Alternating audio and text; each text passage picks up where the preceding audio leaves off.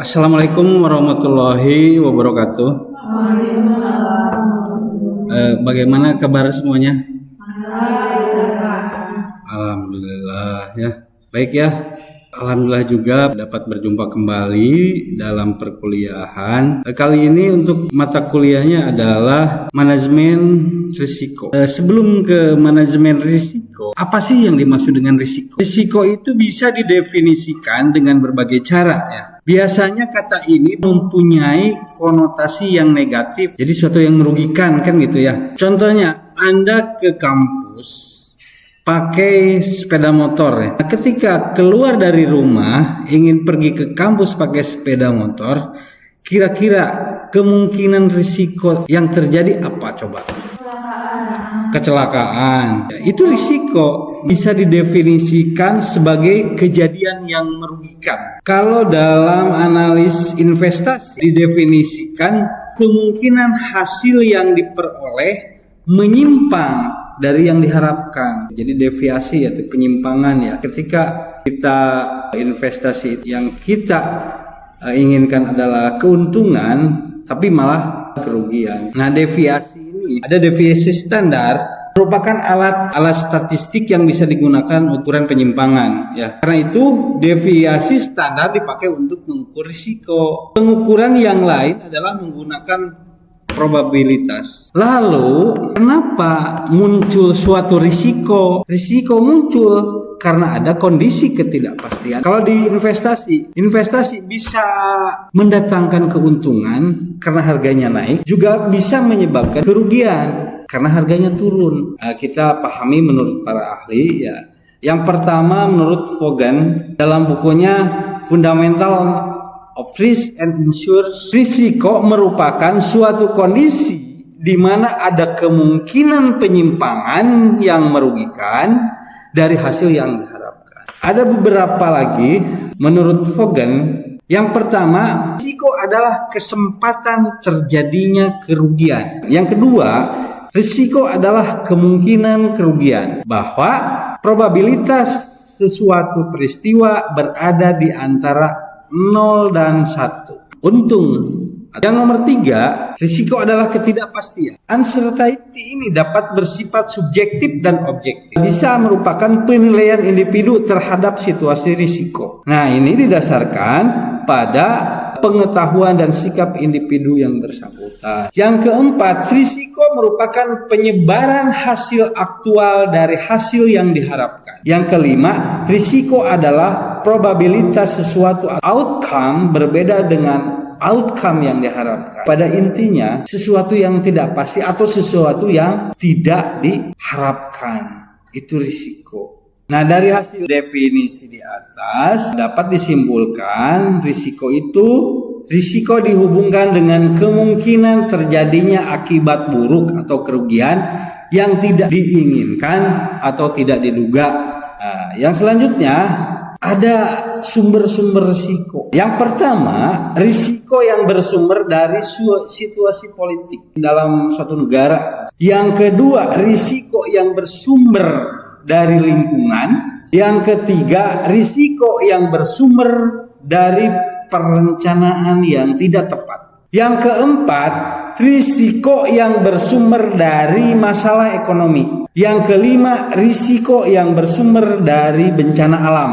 Misalnya perubahan kondisi masyarakat. Yang kedua, berkaitan dengan persepsi seseorang terhadap risiko. Dengan kata lain, kondisi mental seorang akan menentukan kesimpulan tinggi rendahnya risiko tertentu.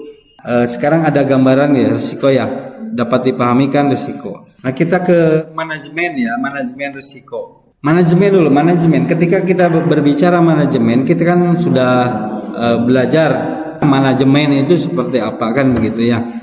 Manajemen yang kita pahami adalah yang menurut J.R. Terry ya, kita mengistilahkan dengan kata POAK ya. POAK itu di mana planning, organizing, actuating, and controlling kan itu perencanaan, pengorganisasian, pelaksanaan dan pengawasan kan seperti itu ya. Manajemen risiko atau risk management. Apa itu manajemen risiko? Ya, pengertian manajemen risiko itu adalah suatu proses identifikasi, analisis, penilaian, pengendalian, dan upaya menghindari, meminimalisir, atau bahkan menghapus risiko yang tidak dapat diterima. Manajemen risiko dalam perusahaan adalah suatu proses perencanaan, pengaturan, pemimpinan, dan pengontrolan aktivitas sebuah organisasi atau perusahaan ya untuk meminimalisir risiko pendapatan perusahaan. Itu manajemen atau risk manajemen pada sebuah perusahaan. Manajemen risiko menurut para ahli. Nah, menurut Fahmi, pengertian manajemen risiko adalah bidang ilmu yang secara spesifik membahas mengenai bagaimana organisasi menerapkan ukuran dalam memetakan semua permasalahan dengan menggunakan pendekatan manajemen secara sistematis dan komprehensif. Nah, komprehensif ini ya berarti luas ya, menyeluruh atau teliti.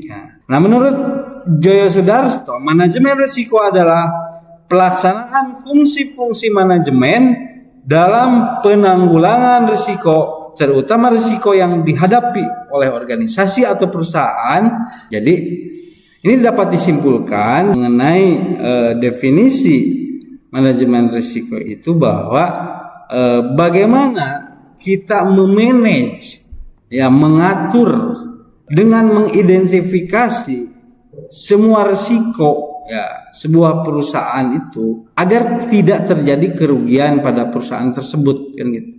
Nah itu, jadi bagaimana manajemen risiko ini bekerja ya untuk mengantisipasi sebuah kemungkinan risiko atau mengantisipasi bagaimana kalau di bisnis ya di perusahaan tidak mengalami kerugian. Itu ya mengenai definisi manajemen risiko. Terus ada tujuannya, ada 6 tujuan dalam perusahaan. 1, melindungi perusahaan, memberikan perlindungan terhadap perusahaan dari tingkat risiko yang besar atau signifikan, karena itu bisa menghambat proses pencapaian tujuan perusahaan karena keuntungan. Yang kedua, membantu pembuatan kerangka kerja. Yang ketiga, mendorong manajemen agar proaktif ya. Yang keempat, sebagai peringatan untuk berhati-hati. Yang kelima, meningkatkan kinerja perusahaan. Yang keenam, sosialisasi manajemen risiko. Fungsi manajemen risiko ya. Jadi fungsi manajemen risiko ini ya secara garis besar mencakup beberapa aspek penting dalam organisasi atau perusahaan dalam mengidentifikasi, menganalisis dan mengelola risiko. Ada lagi komunikasi dan pelaporan, mengintegrasikan manajemen risiko ke dalam proses pengambilan keputusan perencanaan yang strategis dalam sebuah organisasi atau perusahaan. Jadi dapat disimpulkan bahwa secara keseluruhan manajemen risiko ini bertujuan untuk melindungi aset, meningkatkan keputusan strategis, dan memastikan keberlangsungan organisasi dengan mengelola risiko secara proaktif dan responsif. Bisa dipahami nggak ya? Silahkan kalau mau ada yang bertanya. Tadi disebutkan risiko itu muncul tadi karena adanya kondisi yang ketidakpastian ya Pak. Meskipun kita sudah melakukan pencegahan atau menghindari atau mitigasi risiko, tetap saja terjadi sebuah risiko murni yang tadi disebutkan, yaitu risiko kecelakaan di jalan misalnya, seperti itu. Oh iya. Itu bagaimana Pak? Oh iya. Ada lagi ya yang lain biar nanti jawabannya disekalikan. Izin bertanya Pak. Boleh. Bagaimana penerapan risiko yang dapat dikatakan berhasil dalam suatu perusahaan? Oh, penerapan risiko yang dapat dikatakan berhasil dalam suatu perusahaan ya. Iya. Ya sudah ada 2 ini. Sudah ada 2. Ada lagi nggak? Pak. Ya. Apa yang akan terjadi jika perusahaan tidak mampu mengelola risiko? Apa yang terjadi jika perusahaan tidak mampu mengelola risiko? Saya jawab ya. Saya jawab dari penanya kedua ya. Penanya kedua nanti penanya ke satu nanti di akhir lah ya. Bagaimana risiko yang dapat dikatakan berhasil ya dalam satu perusahaan. Jadi penerapan manajemen risiko yang berhasil ya ditunjukkan dengan adanya identifikasi dan analisis risiko sesuai tingkat kepentingannya. Risiko dimitigasi, dilacak dan dikendalikan secara efektif. Permasalahan dicegah sebelum terjadi dan pegawai secara sadar fokus pada apa yang akan mempengaruhi pencapaian tujuan. Yang selanjutnya, jika perusahaan tidak mampu mengelola risiko kan gitu, apa yang akan terjadi? Jika organisasi atau perusahaan tidak bisa mengelola risiko dengan baik, maka organisasi atau perusahaan tersebut ya bisa mengalami kerugian. Karena risiko yang dihadapi oleh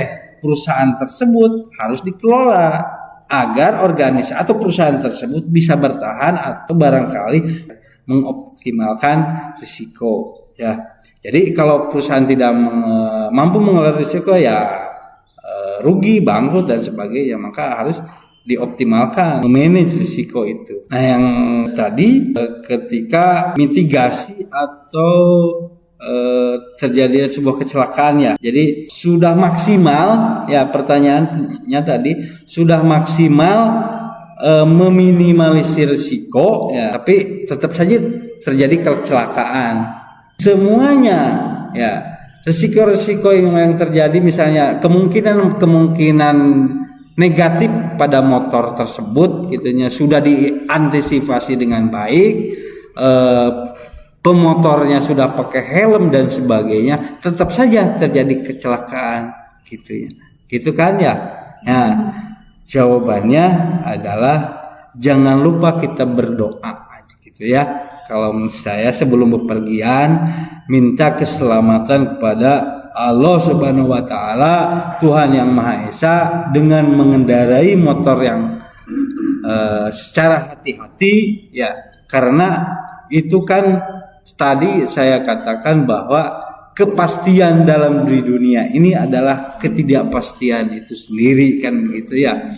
Nah, dalam perspektif Islam, manajemen risiko ini merupakan usaha untuk menjaga amanah Allah akan harta kekayaan demi untuk kemaslahatan manusia. Jadi dalam perspektif Islam, dalam pengelolaan risiko suatu organisasi atau perusahaan dapat dikaji dari kisah surat Yusuf ya, ada ayat 46, 47, 48 ya, saya bacakan ya. Yang 46-nya, setelah pelayan itu berjumpa dengan Yusuf, dia berseru, Yusuf, hai orang yang amat dipercaya, terangkanlah kepada kami tentang 7 ekor sapi betina yang gemuk-gemuk dan dimakan oleh 7 ekor sapi betina yang kurus-kurus, dan 7 bulir atau gandum yang hijau, dan 7 lainnya yang kering, agar aku kembali kepada orang-orang itu, agar mereka mengetahuinya. Ayat 47, Yusuf berkata, supaya kamu bertanam 7 tahun lamanya sebagaimana biasa, maka apa yang kamu tuai hendaklah kamu biarkan dibulir kecuali sedikit untuk kamu makan. 48-nya, kemudian sesudah itu akan datang 7 tahun yang amat sulit, yang menghabiskan apa yang kamu simpan untuk menghadapinya pada tahun sulit, kecuali sedikit dari bibit gandum yang kamu simpan. Ada ya 49-nya, kemudian setelah itu akan datang tahun yang padanya manusia diberi hujan dengan cukup, dan di masa itu mereka memetik atau memeras anggur ya. Itu ya, dalam perspektif Islam juga ada manajemen risiko. Kita petik atau kita contoh dari kisah Yusuf tadi ya. Kalimat terakhir dari saya, lebih baik mencegah kan daripada mengobati, kan begitu ya, istilah yang tidak asing lagi ya. Lebih baik untung daripada buntung, tapi mendingan tidak untung daripada buntung. Itu risiko itu seperti itu ya. Lebih baik tidak untung daripada buntung kan gitunya. Mendingan nggak punya untung ya daripada celaka, daripada rugi kan begitu ya. Dapat dipahami nggak? Ya. Ada pertanyaan lagi atau sudah? Oh, sudah. Ya. Alhamdulillah pada kesempatan kuliah ini sudah selesai bahasannya. Mohon maaf apabila ada kekurangan, itu yang dapat saya sampaikan. Assalamualaikum warahmatullahi wabarakatuh. Waalaikumsalam warahmatullahi wabarakatuh.